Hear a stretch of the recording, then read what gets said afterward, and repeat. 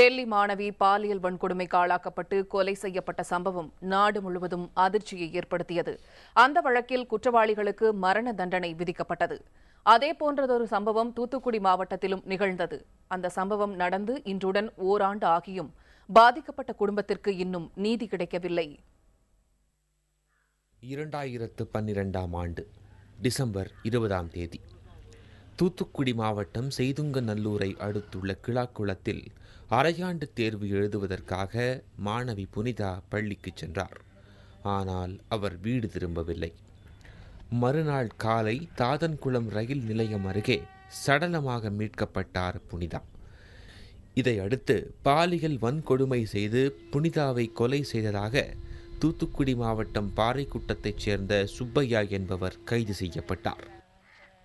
அரசு உடனே வந்தாங்க, அதை செஞ்சிரும் இதை செஞ்சிரும்னு சொன்னாங்க. எதுவுமே செய்யலை. இன்னும் 1 வருஷம் ஆகிட்டு அதுக்கு ஒரு தண்டனை ஒன்றுமே கிடைச்ச மாதிரி இல்லை. வாய்தா அன்னைக்குனாங்க நாளைக்குனாங்க அப்படியே ஒவ்வொரு மாதம் தள்ளி தான் போயிட்டு அரசு அதை பற்றி எந்த இதுவுமே எடுத்த மாதிரி தெரில.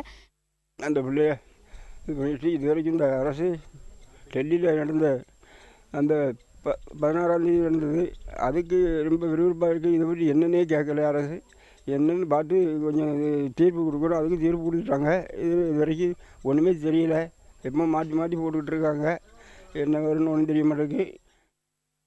கடந்த மே 17ஆம் தேதி புனிதா தொடர்பான வழக்கு ஸ்ரீவைகுண்டம் நீதிமன்றத்தில் இருந்து தூத்துக்குடி மாவட்ட முதன்மை அமர்வு நீதிமன்றத்துக்கு மாற்றப்பட்டது. அதன் பிறகு தூத்துக்குடி மகிழா நீதிமன்றத்துக்கு வழக்கு மாற்றப்பட்டது. இந்த நிலையில் அரசு தரப்பில் வழக்கறிஞர் நியமிக்கப்படாததே வழக்கு தாமதம் ஆவதற்கு காரணம் என வழக்கறிஞர்கள் கூறுகின்றனர். புனிதாவின் மரணத்திற்கு நியாயம் கிடைக்க வேண்டும் என்பதே அவரது குடும்பத்தினரின் வேண்டுகோளாக உள்ளது. டெல்லி மாணவி கொலை செய்யப்பட்டு தீர்ப்பு வழங்கப்பட்டுள்ள நிலையில் தூத்துக்குடியில் தமிழகத்தில் நடைபெற்று வரும் இந்த கொலை வழக்கு தற்போது வரை தீர்ப்பு வழங்கப்படாதது சமூக ஆர்வலர்களின் மத்தியில் ஒரு பெரும் அதிருப்தியை ஏற்படுத்தியுள்ளது என்பதே உண்மை. புதிய தலைமுறை செய்திகளுக்காக கிளாக்குளத்திலிருந்து பிரபாகரன். தூத்துக்குடி மாவட்டம் செய்துங்கநல்லூர் அருகே பள்ளி மாணவி புனிதா பாலியல் வன்கொடுமை செய்து கொல்லப்பட்டு இன்றோடு ஓராண்டாகிறது. டெல்லி பாலியல் வன்கொடுமை வழக்கில் ஓராண்டுக்குள் குற்றவாளிகளுக்கு தண்டனை வழங்கப்பட்ட நிலையில் புனிதா வழக்கில் இதுவரை தீர்ப்பு வழங்கப்படவில்லை. இது பற்றிய கூடுதல் தகவல்களை நம் செய்தியாளர் நாகராஜிடம் கேட்கலாம். நாகராஜ், இப்ப புனிதாவோட வழக்கில் இதுவரைக்கும் விசாரணை முடிவடையலை. இதுக்கான காரணம் என்ன சொல்லப்படுது?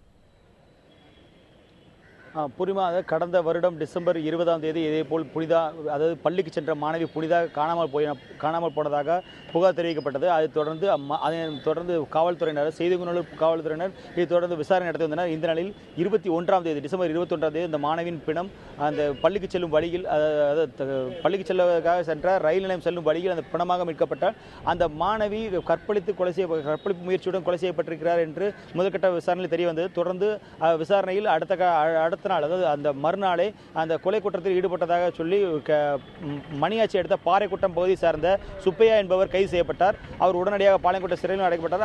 அவரை குண்டாஸ் எனப்படும் 1 வருட சிறை தண்டனை அனுபவிக்கப்பட்டு வருகிறார். தற்பொழுது அவர் மதுரை சிறையில் உள்ளார். இந்த நிலையில் காவல்துறையினர் இதற்கான, அதாவது குற்றப்பத்திரிகை முழுவதையும் தயார் செய்து ஸ்ரீவைகுண்டம் கோர்ட்டிலிருந்து தூத்துக்குடி மாவட்ட முதன்மை அமர்வு நீதிமன்றத்திற்கு மாற்றப்பட்டவுடன் குற்றப்பத்திரிகை சம்பந்தமான அனைத்து நிலைகளையும் அளித்துள்ளதாக தெரிவிக்கின்றனர். ஆனால் குற்றப்பத்திரிகை தாக்கல் செய்யப்பட்டும் சாட்சி விசாரணை இதுவரை தொடங்கப்படவில்லை.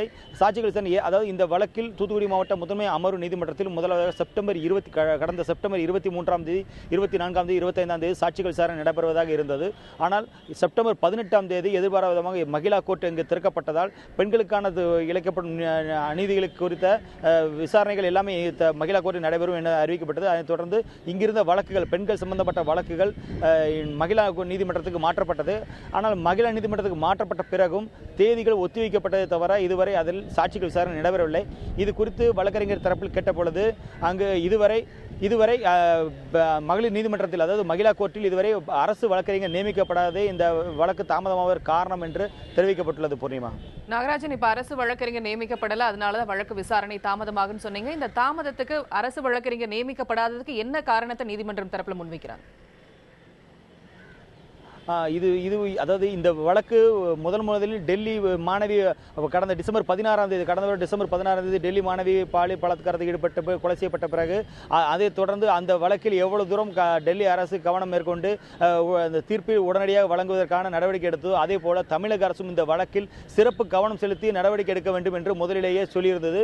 அதனைத் தொடர்ந்து அதனைத் தொடர்ந்து குற்றப்பத்திரிகை தாக்கல் செய்வதும் அது ரொம்ப அதிகமான காலத்தில் ரொம்ப அதிகமாக குறைந்த காலத்திலேயே இந்த வழக்கு விசாரணைக்கான எல்லா தகவல்களையும் திரட்டப்பட்டதாக காவல்துறை தரப்பில் தெரிவிக்கப்பட்டது. இருந்தும் குற்றப்பத்திரிகை தாக்கல் செய்யப்பட்டும் இதுவரை வழக்கறிஞர் நியமிக்கப்படாததுக்கு சரியான காரணங்கள் சொல்லப்படவில்லை. இருந்தும் வழக்கறிஞர் தரப்பில் இன்னொரு தரப்பினர் கூறப்படுவது உண்மையான குற்றவாளி வந்தால் உண்மையான குற்றவாளி இவர் என்பது இன்னும் மேலும் சந்தேகம் நீடிப்பதாக ஒரு தரப்பினர் சொல்கின்றனர். ஆனால் உறுதியான காரணங்கள் இதற்கு கூறப்படவில்லை. ஆனால் இது குறித்து திமுக எம்பி கனிமொழி முன்னால் இந்த மாணவி இறப்பின் போது அவர் வீட்டுக்கு வந்திருந்த போது கூறியதும் இந்த உண்மை குற்றவாளி இவர் இல்லை என்ற குற்றச்சாட்டை அவர் வைத்திருந்தார். அதனைத் தொடர்ந்தும் அந்த ஒரு பேச்சும் இந்த பக்கம் இந்த நீதிமன்றத்தில் பேசப்பட்டு வருகிறது.